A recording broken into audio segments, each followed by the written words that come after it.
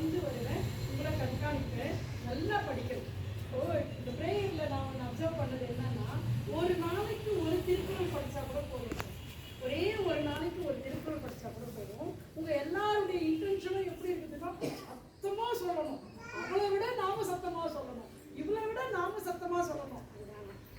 காலையிலேயே நீங்கள் சாப்பிட்றது இத்தினூண்டு, என்ன இத்தினூண்டு சாப்பிட்றீங்க, உங்களுடைய எனர்ஜி எல்லாம் இங்கேயே எக்ஸாஸ்ட் ஆயிடுச்சுன்னா டயர்ட் ஆகிட்டீங்க, ரொம்ப டயர்ட் ஆகிட்டீங்க. அப்புறம் வகுப்பறையில் போய் உட்காரும்பொழுது உங்களால் என்ன செய்ய முடியாது, உங்களுடைய ஆற்றல் எல்லாம் வீணாயிட்டதுனால கவனிக்க முடியாது. சரியா?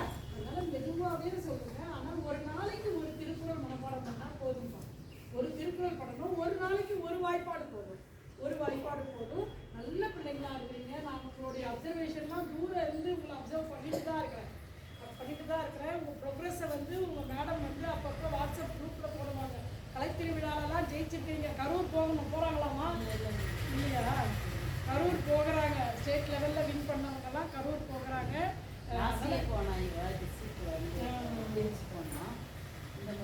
இல்லை. Okay, wish you all the best. God bless you. நல்லா படிங்க.